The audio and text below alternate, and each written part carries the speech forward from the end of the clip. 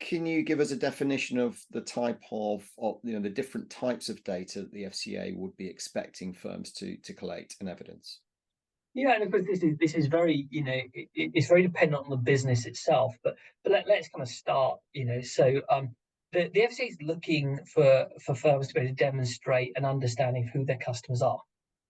So again, you might want to start by thinking about the segmentation of customers. So understanding how many customers in different segments of wealth. In terms of assets under management, what's the segmentation there of number of customers in different areas? Charging, how does that, how does the percentage charge, how does the total charge vary in different segments? Again, will start to be important. Service offered. So again, you might want to start looking at kind of the length of time spent on different service offerings, how that varies over time. Looking for data in terms of your costs. So to the extent to which you're looking at a value for money, you might well be interested in, okay, so if your charging is X, your cost is Y, and how does this break down in specific areas of costs? So again, that sort of information is really important.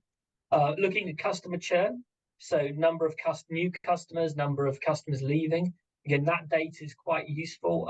When we think a bit more, I think I'm sure we will soon on value, understanding the nature of competition, understanding of how your customer base is moving and changing services is quite important within this.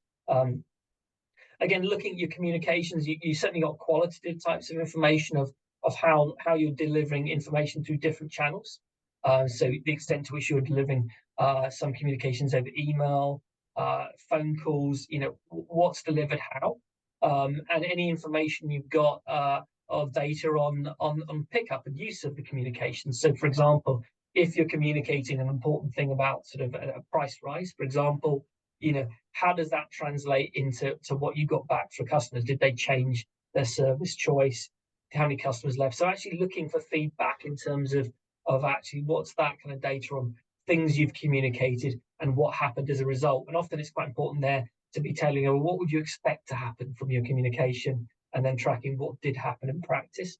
In terms of outcomes, obviously, for customers who are looking for returns from portfolio investments, understanding the mixture of portfolios recommended, so understanding how many are put into standard portfolios, getting a sense then of returns over time, and how they vary by different charge levels can be quite useful as well. It'll very much depend, I think, on the nature of the business, the types of things you're doing, types of services you're offering. But you're really trying to get at those kind of things. It's anything that you think can help you actually demonstrate that you understand your customers, that you're communicating, the customers are understanding the communications, and that they understand the charges, and that actually the charges then how they relate to the outcomes the customers are getting. It's looking across all these bits and actually starting to think there. Now, for a lot of firms, what we see is that a lot of the information they gather is qualitative, or might be gathered through surveys over time, or might be taken from broader analysis of research they see about what works in the market. So it's really trying to tailor that. I mean, I think really important though is to try and, as much as possible, have a sort of, and again, I think this is something you're looking to do, Chris, very much, starting to have a basis of what data you definitely collect. So starting to have that as a baseline, and then thinking what else do you need that reflects your business needs.